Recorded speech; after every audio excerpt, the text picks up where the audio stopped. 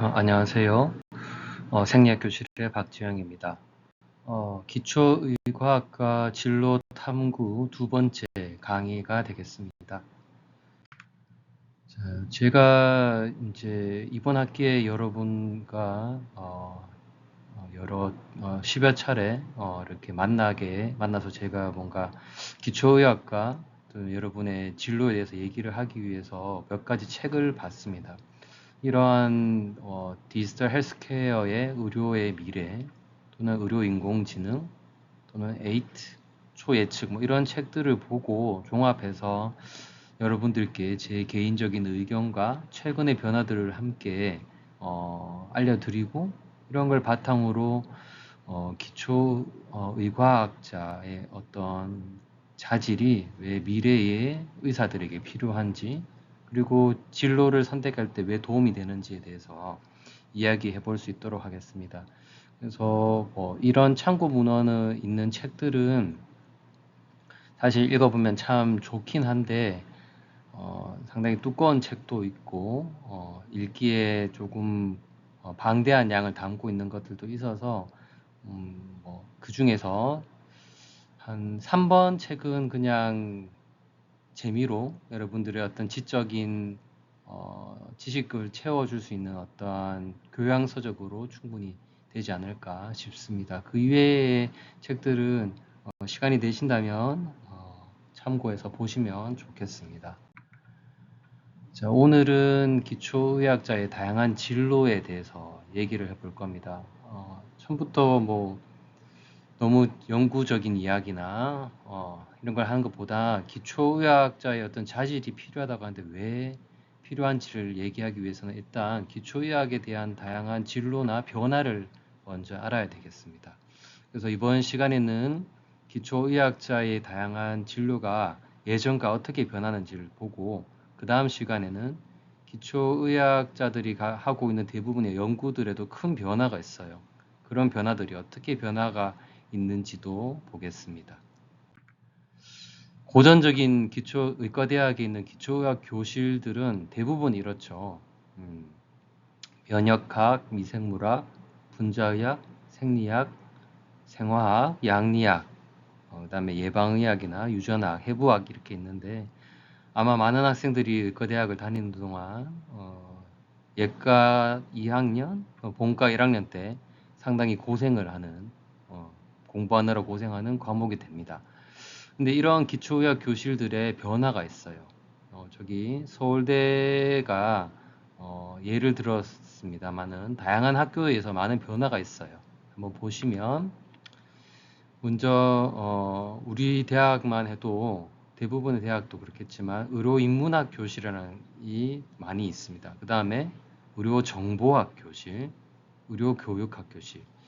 이것만 봐도 무엇을 알 수 있냐면 의사들에게 고전적인 어떤 의학 지식만 전달하는 것이 아니라 인문학적 또는 사회과학적인 소양도 필요로 하고 있다는 걸 알게 되고 그 다음에 의료정보학이라는 것도 보면 요즘 많이 알고 있죠. 빅데이터.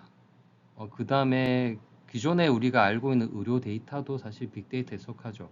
유전적인 데이터 여러 가지를 통합해서 이것을 의사들이 잘 활용할 수 있도록 교육시키는 겁니다. 그 다음에 의학교육학 교실은 요즘 의과대학 평가에 대해서 많은 사람들이 알게 되었는데 단순한 평가를 위한 것이 아니고 이러한 의과대학에서 다양한 것들을 교육을 할 때 교육학적인 어떤 바탕 없이 가르칠 수 없다는 거죠. 단순히 일방적인 교수가 지식을 전달하는 것으로는 안 되고 다양한 교육학적인 것들을 가미해서 학생들에게 서로 액티브하게 주고받으면서 교육을 해야 된다는 것들입니다. 그래서 교육학 교실도 대부분의 학교에 있습니다. 근데 이것보다 더 많은 변화가 있어요. 일례로 서울대를 보시면 교실명을 한번 볼게요. 휴먼 시스템 의학과, 의료기기 산업학과, 고전적인 교실들도 있고 열대의학 교실, 인문의학 교실, 법의학 교실, 의료관리학 교실, 의공학 교실, 의학교육학 교실, 협동과정, 임상양리학 좀 더 다르죠. 제가 볼 땐 이제 기초의학 교실 또는 기초의학이라는 것들이 많은 변화가 있다고 생각합니다. 최근에 여러 가지 데이터 사이언스와 맞물려서도 변하고 의료기기 산업이나 또는 소프트웨어 산업과도 맞물려 있고 그 이외에 어떤 인문학적인 교육학적인 변화들도 여기 들어가 있고 그 다음에 온난화되면서 기생충 질환이나 여러 가지 감염 질환들 중요해지니까 열대학 교실도 앞으로 좀 더 중요해질 겁니다. 여러 변화가 있습니다. 자, 기초의학의 이제 중심은 대학 교수님들이 이제 여기서 많은 일을 하고 있는데 어떤 일을 하고 있느냐? 단순히 학생들이 알기로는 학생들한테 교육 강의만 한다고 알고 있지만 실제로는 연구를 가장 중심으로 하고 일을 하고 있습니다. 그래서 전공 분야의 연구, 실험, 논문, 저서들을 쓰는데요. 여기서 좀 주의 깊게 봐야 되는 건 예를 들어서 생리학 교실 또는 해부학 교실 교수라고 해서 그 해부학이나 생리학을 연구하는 게 아닐 수 있어요.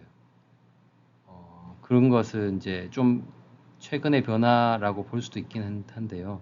그 이야기도 뒤에서 좀 더 풀어나가겠습니다. 그 다음에 학부 과정 학생들도 있지만 대학원생 양성도 아주 주된 업무를 하고 있고 그 다음에 봉사라고 적혀있는 학교 업무, 보직 학회 활동 등이 있습니다. 학교의 교육이 어떻게 돌아가는지 운영도 해야 되고 그 다음에 학생들과의 어떤 관계도 있고 그 다음에 단순히 학교를 넘어서서 학회 활동도 있습니다. 이런 것들을 하고 있어요. 근데 최근의 변화에서 1번으로 뽑는 것은 바이오 산업입니다. 기초의학 교실 교수님들이 아주 많은 수가 벤처 사업가로 변신을 해서 왕성하게 활동하시는 분들이 많이 늘어났습니다. 그리고 두 번째는 연구 분야가 변했어요.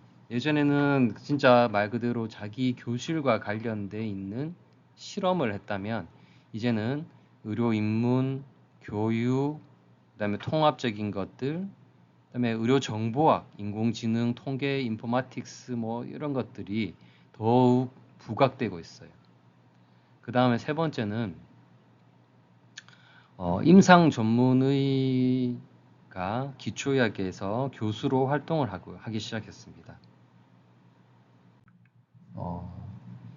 임상 전문의 수료 후에 기초의학 교실 또는 카이스트 등으로 많진 않지만 이제 이런 흐름이 시작이 됐고 임상 환자 업무도 보면서 이제 예를 들어서 외래나 환자 업무는 조금 줄이면서 기초의학 교육과 연구를 병행하는 거죠. 그래서 이런 경우는 좀 더 시간적인 어떤 자유도 있고 조금 더 여유도 있고 본인이 하고 싶은 연구라든지 교육을 병행하기도 하고 많은 수의 이런 임상 전문의 교수님이 기초교실에서 교수를 담당하면서 바이오 벤처나 사업가로서 일을 합니다.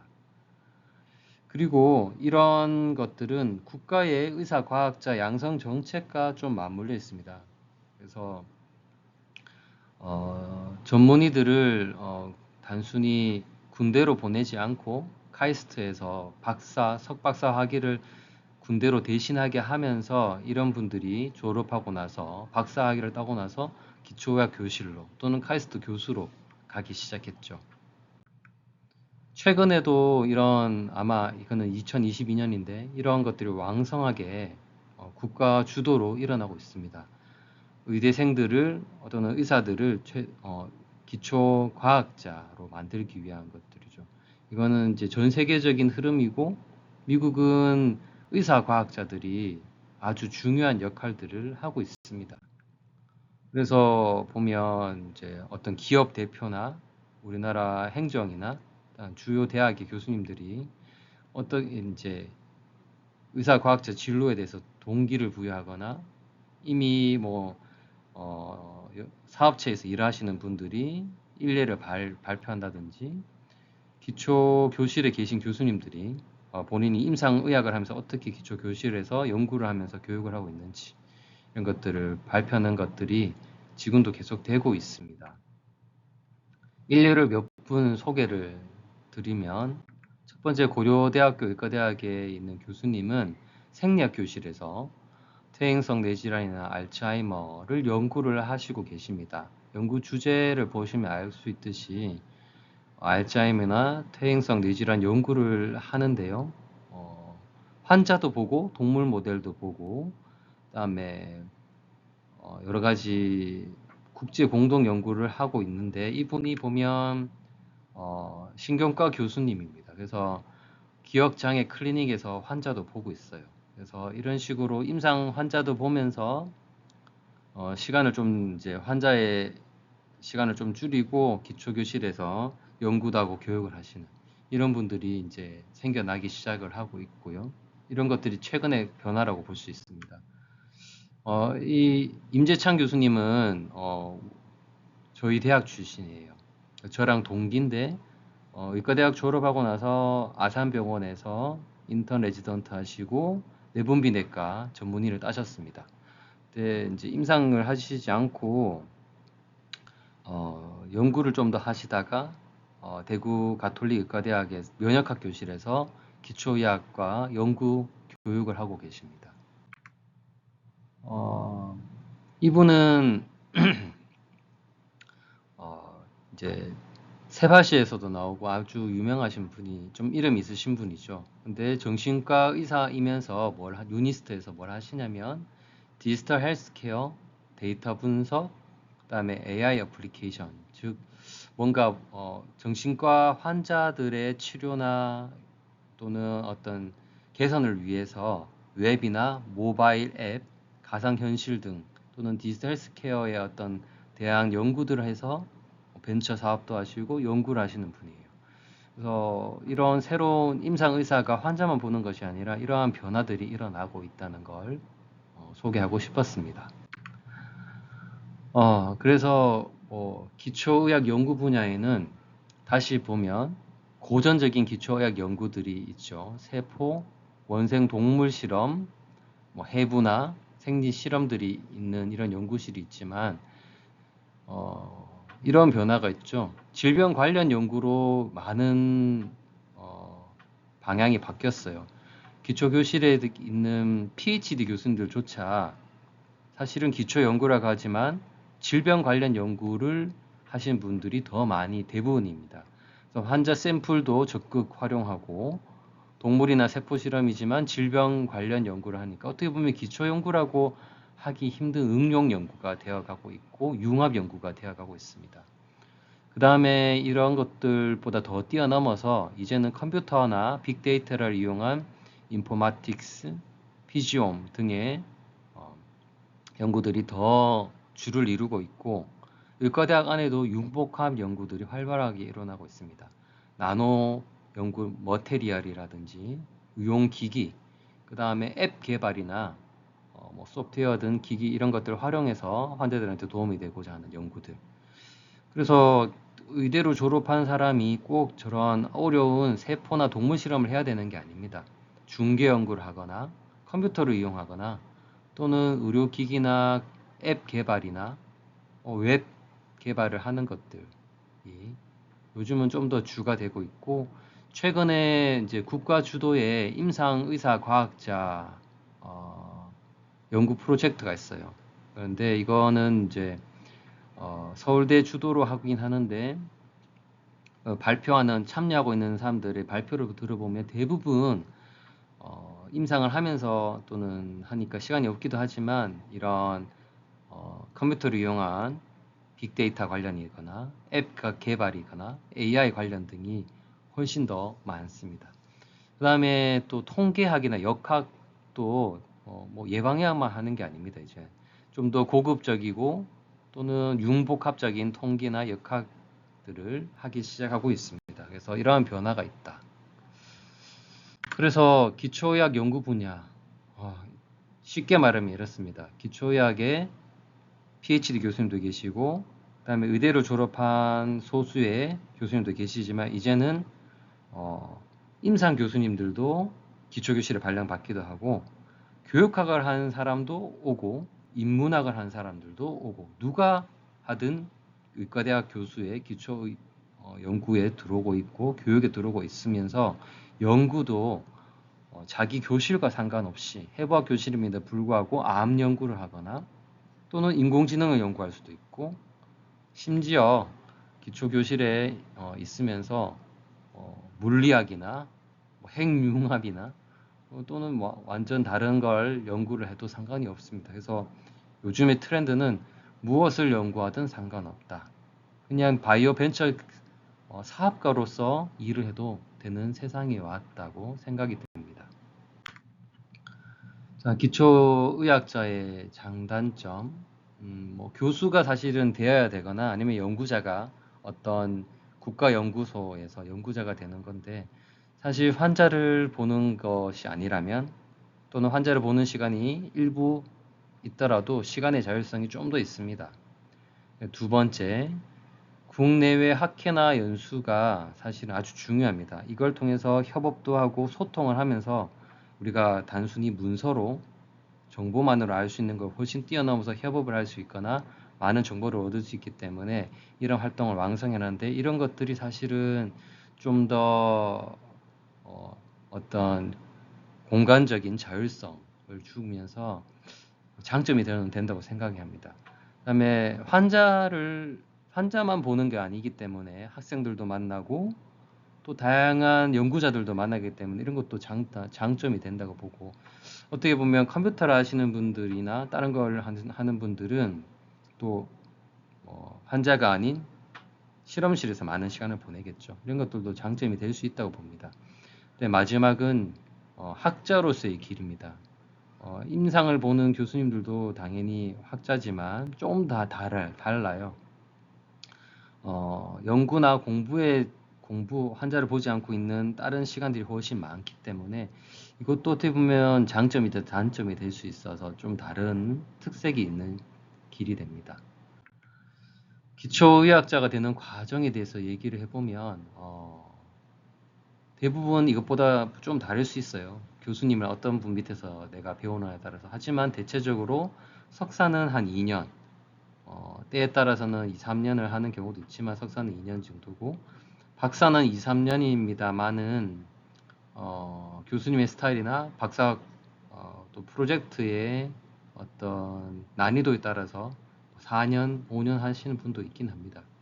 그 다음에 박사 후 과정, 포스트 닥터라고 하죠. 또는 연구 강사 시절이 있는데 이 기간은 뭐 박사 후에 연달아서 그 연구실에 있을 수도 있고 서울에 갈 수도 있고 또는 뭐 카이스트 갈 수도 있고 또는 해외에 갈 수도 있고 다양한 경험을 쌓는 과정이 되는데 이 과정은 뭐 짧게 1년만 하시는 분도 있기도 하고 길게 하시는 분도 있습니다.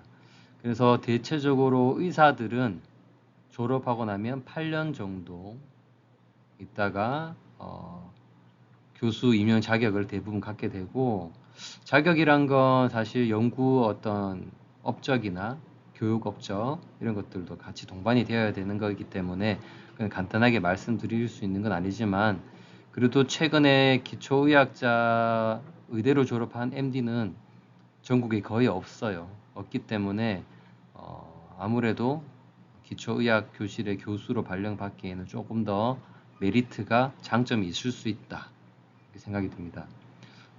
일례로